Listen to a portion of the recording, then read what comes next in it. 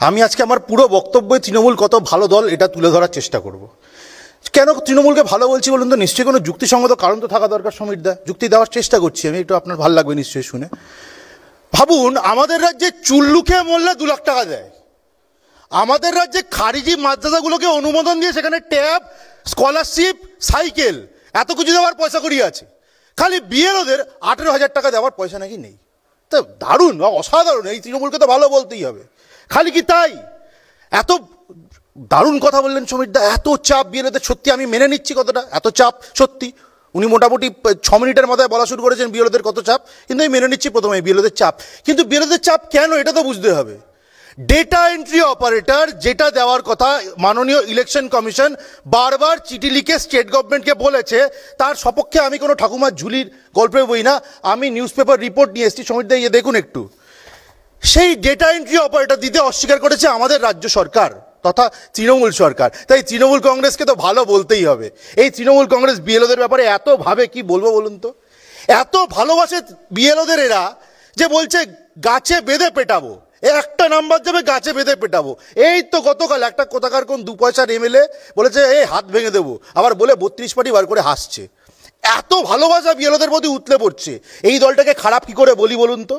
আর খালি কি তাই, যদি খালি বিএলওদের হাত ভাঙবো, গাছে বেঁধে পেটাবো এই বলে শেষ হয়ে যেত তাহলে তো তাও মানতাম। সেখানে থামেনি। 2 দিন আগে দেখি ইলেকশন কমিশনের আমাদের রাজ্যে যে অফিসটা আছে তার বাইরে কিছুজন ধাপ্পাবাজ লম্পটকে বিএলও সাজিয়ে ওখানে বসিয়ে দিয়েছে ধর্ণা দেওয়ার জন্য।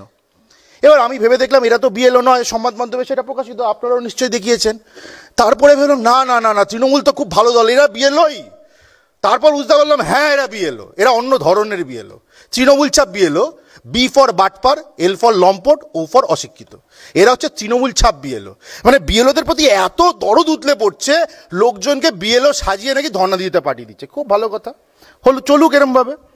দেখুন, এই জালিয়াতির কথা যেহেতু আসলো, তৃণমূলের জালিয়াতি তো বিএলওদের জালিয়াতি করা নিয়ে খালি আটকে আছে তা তো নয়, জালি বিএলও তা তো নয়। এদের জালিয়াতি হচ্ছে জাল আধার কার্ড, ভোটার কার্ড বানিয়ে দেওয়া নিয়ে। এত তো নাকি আপনারা গণতন্ত্রকে ভালোবাসেন, দেশকে ভালোবাসেন, খুব ভালো কথা। এবার জালি আধার কার্ড, জালি ভোটার কার্ডের কথা তো নয় গেল, কিন্তু আরেকটা অসাধারণ লেভেলের কথা শুনলাম যে তৃণমূলের একজন বলছে এবার আমি যা ভোটটা যাক আমি ভারতবর্ষ হিলিয়ে দেবো। দেখুন, যদি বলতো বিজেপিকে হিলিয়ে দেবো বুঝতে পারতাম, যদি বলতো কেন্দ্র সরকারকে হিলিয়ে দেবো বুঝতে পারতাম, কিন্তু এদের বক্তব্য হচ্ছে ভারতবর্ষকে হিলিয়ে দেবো। মানে বাংলাদেশে বসে আনসারুল্লাহ বাংলা টিম যেই ধরনের কথা বলে, পাকিস্তানে বসে যেই ধরনের জঙ্গি সংগঠনগুলো যে ধরনের কথা বলে, সেই ধরনের ভাষা এখন বেরোচ্ছে তৃণমূলের মুখে। বেরোনোটাই স্বাভাবিক। এতদিন তারা পশ্চিমবঙ্গে দুধ কলা দিয়ে এদেরকে পুষেছেন, এখন তাদের মতো ভাষাও ব্যবহার করছেন। খুব ভালো কথা, চলুক। কিন্তু আমার মৌলিক প্রশ্ন হচ্ছে যে দেখুন, এসআইআর তো হবে, এর আগেও হয়েছে, এসআইআরটা দরকার, সেটা মহান সমীরদাই বলেছেন এসআইআর দরকার, তারাও চান এসআইআর যাতে হয়। কিন্তু এই যে কে সঠিক ভোটার কে বেঠিক ভোটার সেটা ঠিক করবে কে? আমি মনে করি ইলেকশন কমিশন না, সেটা ওই মহান তৃণমূলের ঠিক করা দরকার। কেন বলুন তো? তৃণমূল এরকম মহান তো দৃষ্টান্ত রেখেছে। তৃণমূল লাভলি খাতুন বলে একজন বাংলাদেশিকে পঞ্চায়েত ইলেকশনে দাঁড় করিয়ে তাকে জিতিয়েছে। এই মহান তৃণমূল ঠিক করবে যে কে সঠিক ভোটার কে বেঠিক ভোটার। এই তৃণমূলের কালে এবিটির একজন জঙ্গি আমাদের রাজ্যে এসছে, খালি না জালি ভোটার কার্ড বানিয়েছে, তৃণমূলকে ভোট দিয়ে আবার বাড়ি চলে গেছে। তাই এই তৃণমূল ঠিক করবে কে আসল ভোটার কে জালি ভোটার। এই তৃণমূল, আমি একটু আগেই দেখালাম নোটিফিকেশনটা, জাল আধার কার্ড বানিয়েছে, জাল ভোটার কার্ড বানিয়েছে। তাই এই তৃণমূল ঠিক করবে কে আসল ভোটার। এই তৃণমূলের নেত্রী 2005 সালে পার্লামেন্টে দাঁড়িয়ে বলেছিলেন যে 1 কোটি অনুপ্রবেশকারী আমাদের রাজ্যে ঢুকে আছে। 2005 আর আজকে আমরা দাঁড়িয়েছি 2025, মানে 20 বছরে যদি অনুপ্রবেশকারী সংখ্যাটা এদের মতে শূন্য হয়ে যায়, রসগোল্লা লাড্ডু হয়ে যায়, তাহলে যুক্তির খাতিরে ধরে নিতে হবে এই যে 1 কোটি অনুপ্রবেশকারী, যেটা মুখ্যমন্ত্রী তখন বলেছিলেন, উনি বিরোধী নেত্রী ছিলেন, তাহলে 1 কোটির জালি ভোটার কার্ড আধার কার্ড বানিয়ে দিয়েছে এই তৃণমূল সরকার। তাই এই তৃণমূল সরকারই ঠিক করবে কে আসল ভোটার কে নকল ভোটার। আমি খালি বলছি এরমভাবে যদি চলতে থাকে তাহলে গণতন্ত্রের পক্ষে বিপদ। আপনারা দর্শক বন্ধুরা বা আপনারা যারা আজকে এখানে বসে শুনছেন, দলমত নির্বিশেষে ভাবুন যে এইভাবে যদি তারা একটা কনস্টিটিউশনাল বডিকে অপোজ করে এবং বিএলওদেরকে এভাবে বড় বড় মুখে ডায়লগ দিয়ে বিএলওদেরকে এভাবে অসুবিধা সৃষ্টি করে, তাহলে তারা কি গণতন্ত্রের পক্ষে শ্রেয় নাকি গণতন্ত্রের পক্ষে তারা বিপদ? নমস্কার বন্ধুরা, আপনারা দেখছেন রিপোর্টার বাংলা।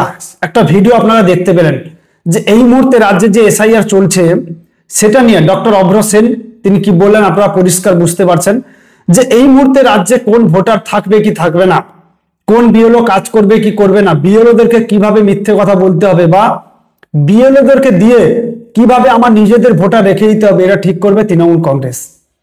তৃণমূল কংগ্রেসের কয়েকদিন ধরে কিছু কাজ আমরা দেখছি। তারা এখন সোশ্যাল মিডিয়ায় পড়েছে নেতা নেত্রীদের বিরোধী যারা নেতা নেত্রী রয়েছেন তাদের খারাপ ছবি বানিয়ে পোস্ট করতে। তো এখনই তারা একটা উদ্যোগ নিয়েছে যাতে বদনাম করে কিছুটা আটকানো যায়। কিন্তু এইভাবে কি কোনোদিন সম্ভব নয়। যেহেতু মূর্খরা যদি ভেবে নেয় তো শিক্ষিতদের কিছু করার নেই, মূর্খরা এটা করবেই।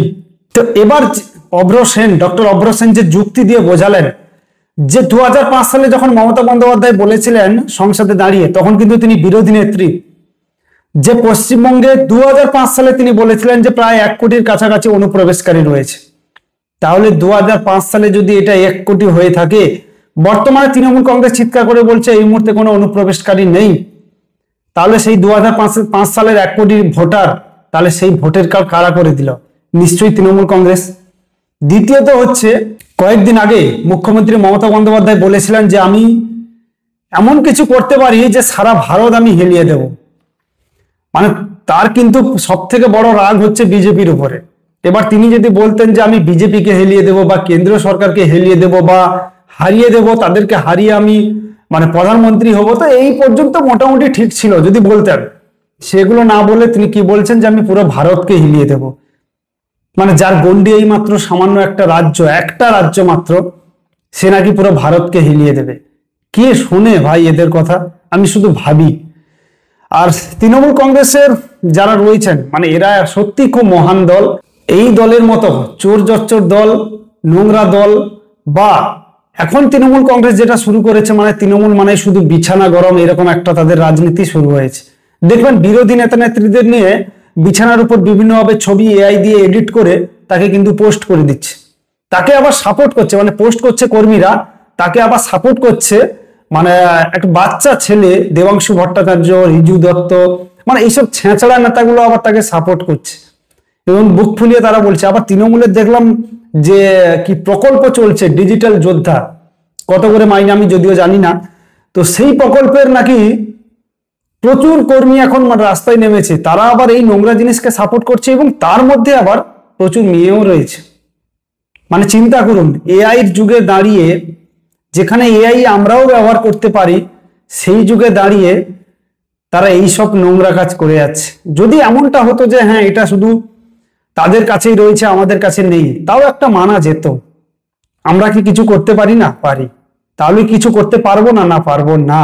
তার কারণ শিক্ষা দীক্ষা আমাদের বাড়ির লোক এরকম দেয়নি যে অন্যের বাড়ির মেয়েদেরকে নিয়ে বা মায়েদেরকে নিয়ে খারাপ ছবি বানিয়ে পোস্ট করো। যে শিক্ষা তারা পেয়েছে তৃণমূল কংগ্রেস, তারা তা করবেই। এবং বিশেষ করে এই দেবাংশু এবং রিজু দত্ত বা অনিন্দ্য চৌধুরীর মতো এইসব ছেঁচড়া নেতা যাদের পারিবারিক শিক্ষা দিয়েছে যে হ্যাঁ দলকে এগিয়ে নিয়ে যেতে হলে বিরোধী দলের যারা কর্মী থাকবে, যারা নেতা নেত্রী থাকবে, যারা মহিলা থাকবে, তাদের খারাপ ছবি বানিয়ে তোমাকে অবশ্যই পোস্ট করতেই হবে, তা না হলে তুমি এগোতে পারবে না। এমনটাই হচ্ছে তৃণমূলের বর্তমান দিনের রাজনীতি।